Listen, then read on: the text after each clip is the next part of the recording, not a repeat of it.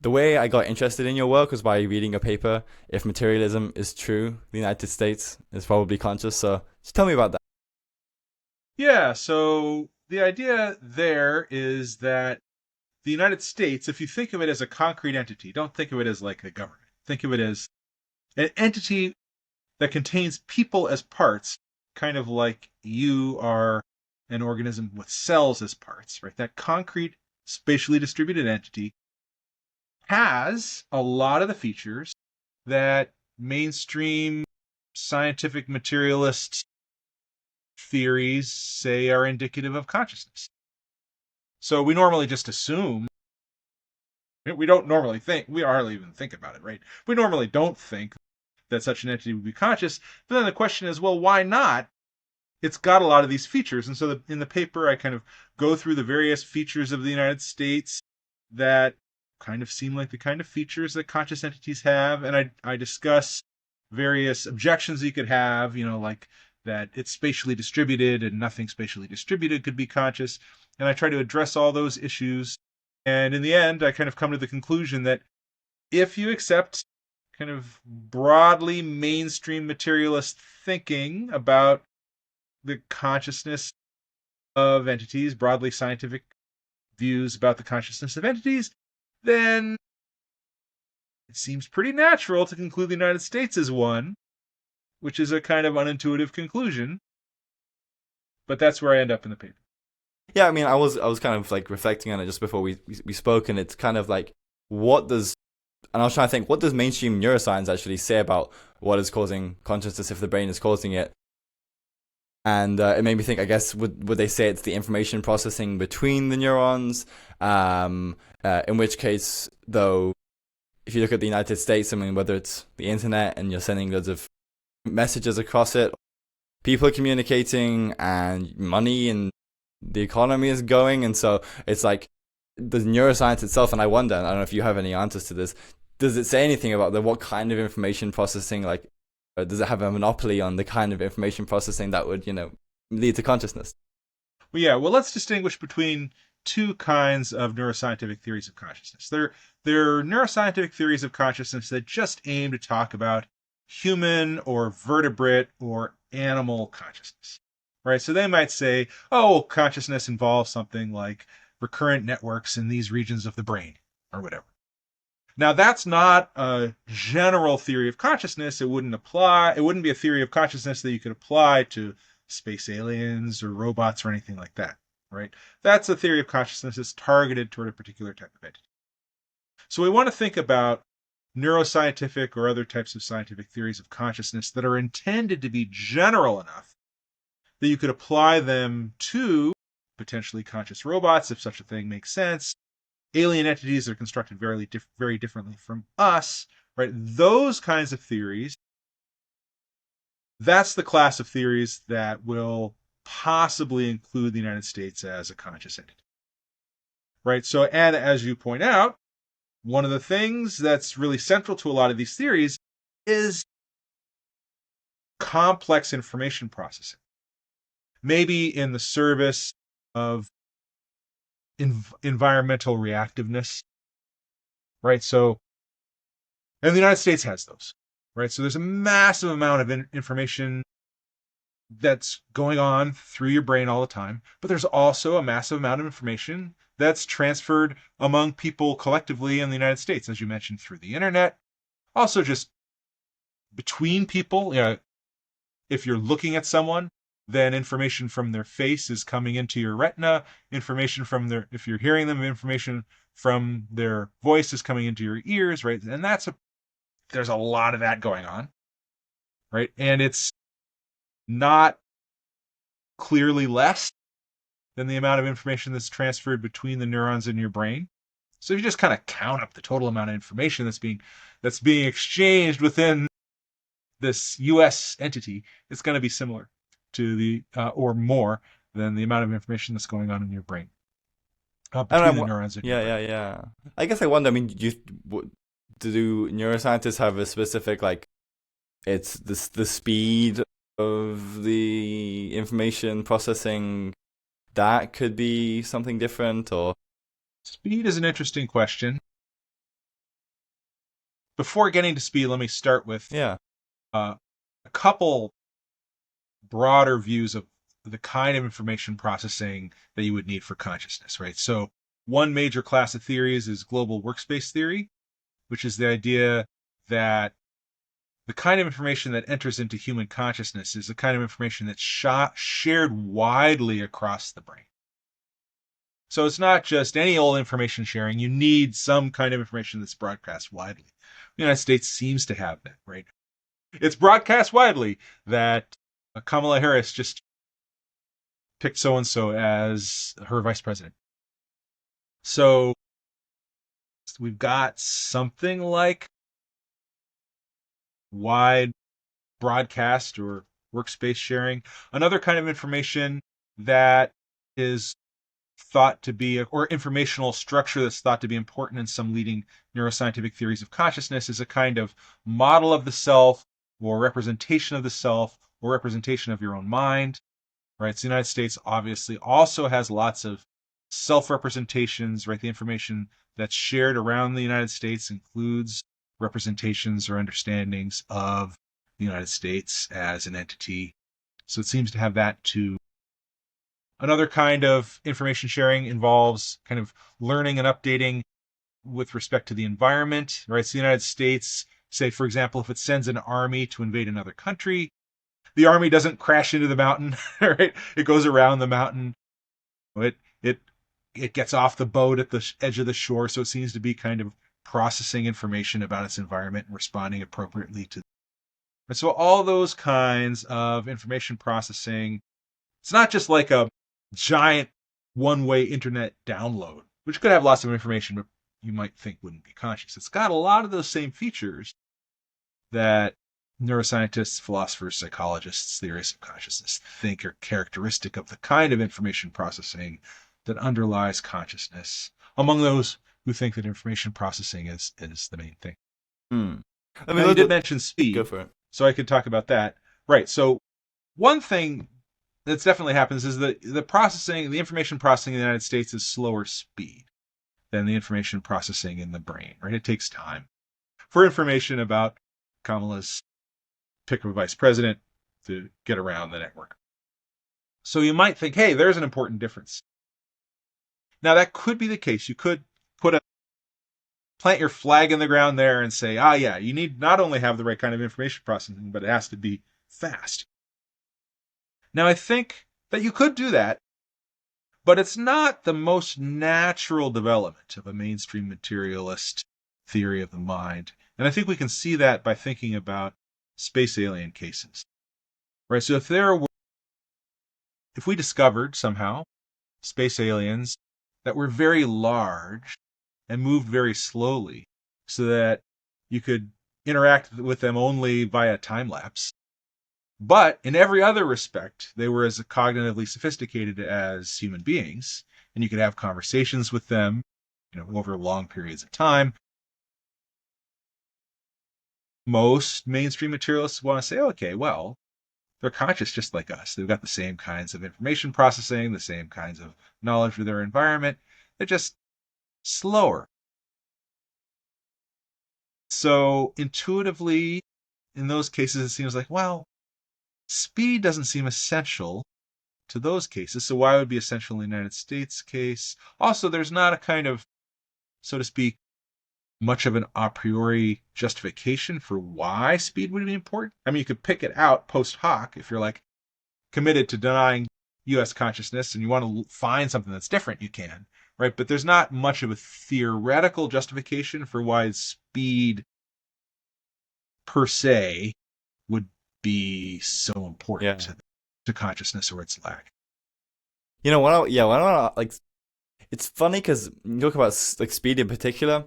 It makes me think of like the cognitive science literature on flow states and things like this, where you could argue some kind of cognitive processing is going on at like faster, and not that your brain can literally like work faster, but like the way things are being shaped in your environment, the salience of things is faster, and it makes me want to kind of think. I mean, maybe at different like because I'm and then thinking, imagine an entity which is a way faster information processing in their brain, whatever thing they're using for cognition than us. Maybe it would still be conscious, or we want to call it something different because it would look, from their perspective, it would look vastly different to ours. And then I want to turn back to the slower entity and go, it's something. Then like, why not call it conscious? But equally, if we were to experience that, it might feel vastly different. So that's yeah. Because I talked to one person about sort of distributed agencies, like whether it's the United States or families or groups, and there's obviously, there feels like there is some kind of like, it's a valid thing to call the United States a thing or the economy a thing. Like it's a distributed entity and it has causal agency, and so there's something there. And I'd say even there's probably reasonable to call it some kind of cognition. But then it's, I don't know. Do you think there's an interesting, tricky line between cognition versus like consciousness? Because even as you say this, and I've read just some of your work, but it's actually interesting. Now I'm kind of even thinking myself, what exactly do we mean by the difference between these? Yeah. It's more common in philosophy to think that there's group cognition than to think there's group consciousness. So people like Philip Pettit and Christian List and Margaret Gilbert and others in philosophy have said, yeah, right, you can talk about cognition at the group level. It seems like a perfectly literal sense in which your family decides something, your family wants something, or Google Corporation decides or wants or believes something. It seems like there's a perfectly literal sense of that. I mean, there's some people who would disagree with that, but that feels kind of more intuitively okay to say than to say that like Google Corporation literally is conscious at a group level, or that your family literally has a group level conscious experience and not just the individual conscious experiences of its members. Right.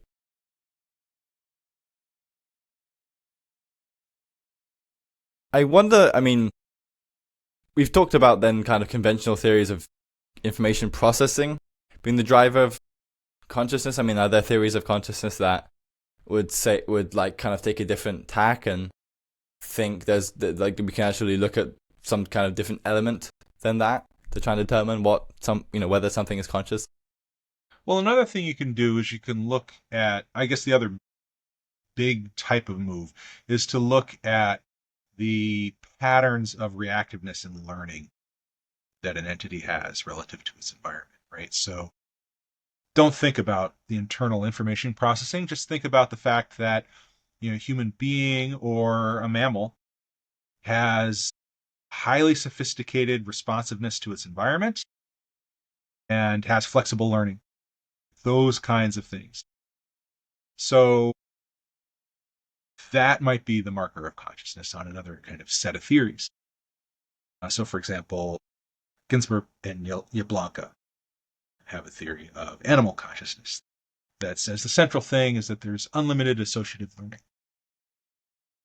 So the United States also, as a group, is capable of learning a vast variety of things. It doesn't seem especially limited in what it can learn relative to a person. Of course, it can't learn just any old anything, but neither can a person. It's very flexible in terms of what it can learn. And likewise, as I mentioned with the case of the Army, it responds flexibly to its environment. It seems like it's got those kinds of behavioral and learning types of features also. Interesting. What do you think of I guess the title of the paper is "If Materialism is True"? I mean, what about alternative metaphysics? Thinking about, I guess, reality more broadly, to then try and think about what kind of thing mind is. Do you think those are like? What do you think of materialism? Is it a valid way to think about mind? I mean, what are the other ways we could think about it? Right. Materialism is my favorite view of the metaphysics of mind, but I'm not convinced that it's true. My credence in materialism is somewhere in the ballpark of 50%.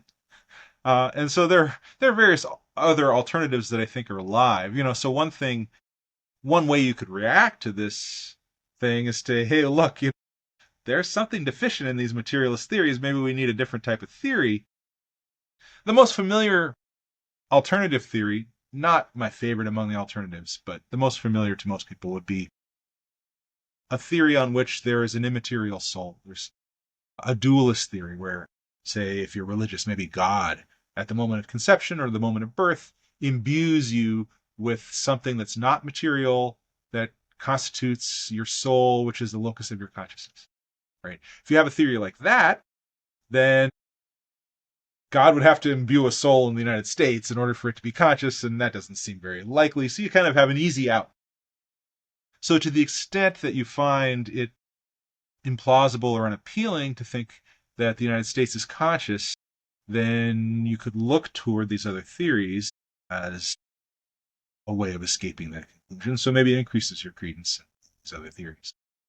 I mean, and I guess one thing as well I wanted to ask about are theories like panpsychism as well. Just the reason, and I guess the intuition is we've been talking about like, okay, consciousness is a thing, and what kinds of things have consciousness, but equally, like, I guess the hard problem of like, but in general, like, can consciousness kind of be explained at all? What do you think of? It is difficult to explain consciousness, right? Part of my own view is that we're pretty far from having a proper scientific understanding of consciousness in the general case. I'm not committed to the fundamental permanent irresolvability of what's sometimes called the hard problem of how consciousness could relate to or arise from material stuff. At best, it's in the long-term future. So an alternative would be panpsychism. That's the view that everything is conscious. So there are kind of two versions of panpsychism that are relevant to the consciousness of the United States. There's a kind of panpsychism that says, well, everything is conscious, therefore the United States is also conscious. Luke Roelofs, for example, has defended that, although they think that the level of consciousness of the United States might be kind of low and fuzzy. Another kind of panpsychism, however, ends up in the same kind of problem, let's call it, that materialists have, right? So some panpsychists will say, and I think Philip Goff is among them, that, well, yes, look, fundamental particles are conscious. Consciousness is ubiquitous. And humans and a lot of animals are conscious. But not just any aggregate of stuff is conscious. Like a stone is not conscious, right? So then they need to figure out how to draw the line between the conscious collections of things, like humans, and the non-conscious collections of things, like stones, or like arbitrary objects, like your shoe and the rings of Saturn. And then they need to face the question of whether the United States is of the first type or the second type. And then the kinds of things that they'll tend to appeal to make that distinction might end up looking pretty similar to the kinds of things that materialists appeal to. So that kind of alternative to mainstream scientific materialism, unless you go the kind of Roelofs path and just think like every aggregate is conscious, ends up with a lot of the same kinds of issues that you get with the materialist case. It's interesting that it feels like those kind of trade-offs of like, yeah, you can go down one route like panpsychism rather than materialism, but like at a certain point you hit a wall of like, oh wait, we still have to define what kind of thing consciousness is. Okay, we can assume, like, make some assumption that it's like in things, but then again you still face like criteria of, okay, but what kind of thing is consciousness? And again it gets to the question of what that you can make the metaphysical assumption, but what kind of thing is it? What do you think there's value in considering such wide alternatives, or what do you think is the most plausible? Absolutely. And you think there could be evidence accumulated to that in the future where, oh no, we think that idealism rather than materialism is more likely to be true, Yeah. So I think both of those things, and let me tie this into the thesis of my 2024 book, The Weirdness of the World. So in that book, what I argue is that every viable philosophical and scientific theory of the nature of consciousness and of the nature of the cosmos is both bizarre and dubious. Bizarre in the sense that it has some implications that sharply conflict with common sense, and dubious in the sense that we're not epistemically compelled by the evidence to believe it to be true. So what we end up with, I think, whenever we get into, let's just stick with consciousness, whenever we get into foundational questions of consciousness, is choice among a variety of views, all of which have some pretty bizarre seeming weird consequences, and none of which we can just put a stake in and say, this one's definitely right. So I think the task, or one of the tasks, of theories of consciousness is to explore the range of alternatives and say, okay, well, look, here's one approach, and here are the pros and the cons, and here's where these are the bizarre implications it has. Bizarre implications don't necessarily mean it's false. Every theory has bizarre implications, but let's own up to the ones that this theory has, right? And now let's look at some others, and now let's look at some others, and now let's look at some others. And one of the things I think people do when they first react to some like panpsychism and idealism is the view, or one kind of idealism is the view that only minds exist, material stuff doesn't exist independently of minds at all. One thing people, well, they react to that by saying, wow, that's too bizarre to be true. But part of the point of exploring the bizarre implications of mainstream theories of consciousness is to say, well, look, every view kind of seems too bizarre to be true, but something must be true. So the mere fact that panpsychism or idealism strongly violates common sense is not by itself sufficient grounds for rejecting that. I wonder. I might be reading him wrong, but sometimes I was reading Friedrich Nietzsche recently, and sometimes he almost feels so agnostic about like what metaphysical assumption you need to make about reality. Like he's like almost, I don't care whether you say materialism or idealism or whatever. Then it makes me sometimes go like, could metaphysics of mind and trying to battle it out and think about which is right sometimes. I don't know. I mean, I do think though. I mean, at some point we'd want to be able to explain consciousness, and so then we need to make some assumptions at some point. But yeah, I mean, I guess for Nietzsche, something like the will to power is like, it's not, it just is what it is. The universe is what it is, and you can call some parts mind or some not mind, but maybe there's no distinction in essence, or yeah, because I guess I think about idealism or materialism, and it's going, one is like mind is fundamental, no, matter is fundamental, the mind emerges, and then I don't know, sometimes I haven't read enough Nietzsche to exactly clarify, but maybe it's like maybe we can never define exactly what we mean by the two, or it's I don't know. Well, I have a couple reactions to that. One is, I love Nietzsche. One thing that he thinks about all of these theories and about philosophy in general is that people's philosophical predilections reveal more about their own psychology than about their rational discovery of some truth that's independent of their prejudices. Right? So people who are dualists because basically some part of them wants to be a dualist, and people who are materialists basically because some part of them wants to be materialist. And you can study philosophers as a kind of their metaphysics is a kind of secret confession of their psychological anxiety, something like that. But I think Nietzsche would agree, and I think this is plausible, that it matters. These questions matter. So the easiest way to think in terms of their mattering is to think about, again, the dualist view that there's an immaterial soul.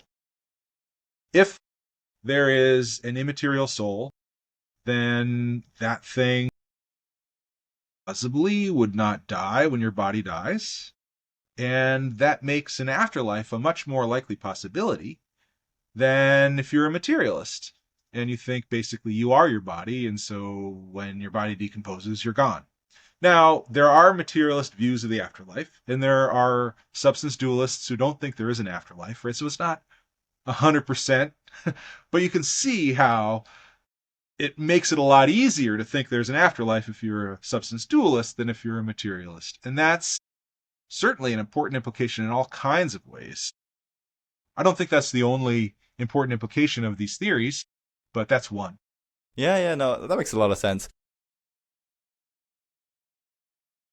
And it makes me also think about the importance of, say, your book, like the weirdness of the world, in that it's good then to actually consider lots of different kinds of theories, because it kind of helps you with prejudices. If someone's like, we're stuck in a regime where we think, oh, materialism is the right one or idealism is the right one. But also it kind of helps us think as well. Like by considering the potential flaws of a theory, we kind of are able to kind of go like, okay, it's a weird implication of materialism, and we could like maybe intuitively think, we don't want to say the United States is conscious, but then it's like, why? And that can help us like flesh out the theory and help us like elucidate what exactly we mean by consciousness. So yeah, exactly. And I think there's a kind of mind expansion that goes on when you get knocked out of your initial prejudices and presuppositions and come to accept that there are other possibilities that might be true, right? Even if you don't think that they're the likeliest possibility, the universe in a way almost becomes wider for you once you admit other possibilities into your cognitive space. And so, maybe you started by assuming A was true, substance dualism or materialism, whatever. And once you come to think that there are other possibilities, even if you only give a 5% credence to them or whatever, right now the universe is kind of more interesting. There's more possibilities in it. And I think that is a healthy thing for us. and what do you think of feels related, and but just to our general conversation as well, as sort of AI and the potential for consciousness there, and AIs we have now, or the AIs Well, in the yeah, future? that's another huge implication of these theories, right? So depending on what theory of consciousness is right, you'll get very different answers to the questions of what AI systems would be conscious and what non-human animals would be conscious. And those are both, the non-human animal case is immediately practical, right? Are salmon, can they feel pain? Do they actually experience pain? Or are they just basically kind of don't have any experiences? They're kind of, so to speak, mindless machines or something like that. There's a lot of debate about that. So, and if they feel pain, that seems morally relevant. So that's an immediate implication, right? There are people who have conservative views of the nature of consciousness who'd say, well, look, you need a pretty high level of cognitive sophistication in order to be conscious. So salmon wouldn't have that. Others who are more liberal, right, would say, oh yeah, salmon are conscious. There's been a general move over the last couple decades toward more liberal theories of consciousness. I think the consciousness researchers have tended to expand relatively the circle of animals they think of are conscious in recent thinking, but I don't know, that could change. And then AI cases, that's not, I think, immediately relevant. I don't think there are a lot of people who think that our current AI systems have a meaningful degree of consciousness such that they would be substantial targets of moral concern and virtue of having. But in 10 years, in 30 years, I think it will become, my prediction is, and I got a couple papers on this, that before too long, we will create AI that some scientifically respectable leading theories of consciousness reasonably say, hey, according to my theory of consciousness, this thing is capable of real experiences. But at that time, we won't have a universal consensus that that theory is right. What we'll have is divergence of opinion. We'll have relatively liberal theorists of consciousness saying, hey, this AI machine that seems to be saying, I'm feeling pain, I'm happy, I'm sad, really is feeling pain, really is happy and sad. And then a bunch of people will say, no, of course not. And we won't know where the truth lies. Right now, we kind of know that they don't have a large consciousness, right? But that could change. And then we'll end up with this dilemma of like, okay, some mainstream theorists say this thing is conscious and we should take that seriously. Others say not. What do we do? I think that creates a moral quandary. Yeah, it's. I wonder as well. You talked about like, I wonder about consciousness versus what we might call meta-consciousness, or as well, like you talked about salmon and the like the degree to which they can have a kind of experience, but what even do we then classify and precisely mean by what humans have above and beyond other animals? Like you could say consciousness as a whole, but is that like is that experience, but not being able to reflect on that experience, and maybe it has implications for AI too, in the sense of even if they could be complicated, but like perhaps if there's something unique, maybe it's language, human language, or there's something that means it doesn't have. Yeah, I'm not sure. What do you think of these things? So let's distinguish consciousness and self-consciousness. So consciousness, as it's standardly used by consciousness researchers and philosophers, is having experiences that you really feel, whether or not you're kind of aware of feeling. So if you have pain, we normally think of pain as a kind of experience. It feels like something to be in pain. Now you could create a little robot that says, ow, that hurts when you poke it, right? But it wouldn't really feel pain. It wouldn't really have, right? So consciousness would be present whenever there is experience or feeling, or one phrase that people use is there's something that's like to be the thing in question. So then the question is there something that's like to be a salmon, right? Do they have real feelings, or are they more like that robot that, maybe squirms if you poke it, but doesn't actually feel anything? And that should be distinguished from self-consciousness, which is awareness of the fact, or knowledge of the fact that you have experiences. So salmon, but they might have the former. Now it's complicated because on some theories you need the latter in order to have the former, right? So there are classes of theories called higher order theories, where in order to have experience at all, you need to, in some sense, represent your own psychological states. And if you take that a certain direction, then you might think that only relatively sophisticated mammals and birds have that, because you need a kind of understanding of your own psychology.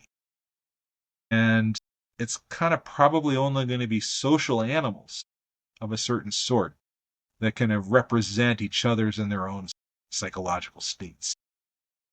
Salmon probably do that, right? And if that's necessary for consciousness, then you end up with relatively conservative view of what entities are conscious. Interesting. Yeah, I didn't realize that one. That I guess you could say it's like that thinking that there is some higher order. You need meta consciousness, and that's almost like that is the cutoff for even consciousness. It's like so. There's more of a this leap, which would I think I remember reading this interesting article about the history of consciousness, sort of thought and writing, and about how in the past there was almost a conflation of terms. People would say unconscious when they really meant conscious, and conscious when they meant meta-conscious, such that because it's a kind of thing of if you are conscious but not meta-conscious, could you just say that's unconscious? Like if you're not conscious of your consciousness, what do we mean by it? It's a weird one because I think a lot of people, especially now, you talked about how in our modern day it's more like liberal with the giving consciousness to things. So now it's more like consciousness versus meta-consciousness. But if you look looking at like Freud and Jung kind of discussing it, and then they were more going like unconscious versus conscious. But then you like look at the way they're using those terms, and it kind of sometimes sounds a bit more like unconscious is some kind of experience. It's just not like the whole unity of the self is like looking at that experience. I don't know. Well, the terms have been used in different ways over time for sure, and sometimes people have used the term consciousness to mean something like what I just called self-consciousness or Yeah, that's meditation. what I mean. I'm not sure about Freud and Jung using it that way. I mean, I think the Freudian and Jungian unconscious really is Right. unconscious Yeah. in the Okay. contemporary sense. It's not like Freud wouldn't say that it feels like a thing to want to kill your father and marry your mother. You don't have that experience, but it's still guiding your decisions and your behavior and your desires on his view. Yeah. So, right, and Is it? like, Yeah. yeah. Yeah, that's great. I mean, it's interesting to even think about what do we mean by cognition that's unconscious. I think Freud was perhaps one of the first people to, even coin that there would be an unconscious, that there's something that goes on in the mind but that's below the level of consciousness, which itself is something we've kind of forgotten, but that's, I guess, something kind of innovated. Is like, hey, I mean, it's probably useful to call it mind. It seems to impinge onto consciousness. Yeah, it's cognitive but Yeah. unconscious, and that's, I don't know. Do you think that's something that was innovated? I'm not sure. Maybe you know more than me, That's but not really Freud's innovation. okay. So I think you can find that going all the way back to Helmholtz, for example, who meant Okay. it or non-conscious, who meant it in something closer to the cognitive sense, right? So if you go back into the 19th century, you'll find some of the early psychologists and the early physiologists saying, yes, there's, say, the cognitive processes underwriting perception and memory are not conscious and experienced. So you find that in Helmholtz and others. And Freud was a little after that, and he and his circle adapted that way of thinking to a new kind of thing, like, say, your unconscious desire to kill your father and marry your mother, right? Which is not something that Helmholtz would have recognized because he was more interested in perception and that sort of stuff. So he adapted it for a different kind of purpose. I don't think he was the only one in his circle in the late 19th century who did so. But then he really was so famous and popularized it and really brought it into cultural attention. Yeah, that makes sense. We talked about, you thought maybe in the future questions like the consciousness of AI will be really important. I mean, what do you think the future of your work will look like? Or any projects you're working on at the moment? I'm definitely thinking more about AI consciousness. So I recently was co-author on a big paper, many authored paper, I should say. The types of materialists, what mainstream kind of functionalist materialists say are signs of consciousness and how those would apply to AI cases. I'm working on more stuff on the ethical questions around what do you do if you have an AI system and you're uncertain whether it really has some kind of meaningful consciousness. I'm also Interesting. thinking about ways of breaking our ordinary folk understanding of consciousness productively. In particular, I think one paper I'm working on with Sophie Nelson, we normally think of the number of conscious entities in the room as being, say, 0 or 1 or 2 or 3 or 17, some countable number of entities. Right? So we think of consciousness, I think, generally as occurring in discrete bundles that are countable numbers and don't overlap. But I suspect that is basically an accident of animal biology, and so all the cases we're familiar with. But if consciousness is possible in AI systems, it might not occur in discrete, non-overlapping, countable bundles. There might be overlapping consciousnesses. There might be cases where it's kind of right to say, well, whether you want to count this as two or three entities is kind of indeterminate. So thinking more carefully about those kinds of problems or presuppositions in our ordinary thinking about consciousness and how they might plausibly break down. It's not, I mean, and it relates kind of even to the discussion at the start on like America and the United States and a consciousness of a kind of, even if it does have a consciousness, like it's overlapping, but we ourselves with our own consciousnesses are kind of contributing to it, and then like you can't separate it. Yeah, okay. Yeah, so obviously it's a natural development of those ideas. This is how philosophy research goes. You have one idea and then it kind of leads naturally to the next, to the next, to the next. Thank you very much for speaking to me. So tell me, I mean, where can you point people? You already mentioned your book, and I can link that in the description. Where else would you like to point people? People can visit my blog. So I have a blog called The Splintered Mind. I publish approximately weekly on the blog. My 2019 book, A Theory of Jerks and Other Philosophical Misadventures, is intended for a broader audience. I mean, I think a pretty broad audience can approach my 2024 book, The Weirdness of the World. But Theory of Jerks is even a little more accessible, I hope. It's mostly short pieces from my blog and from op-eds I've published. And it has more stuff on moral psychology, which is another dimension of my research we haven't really got into. I see. Awesome. Thank you.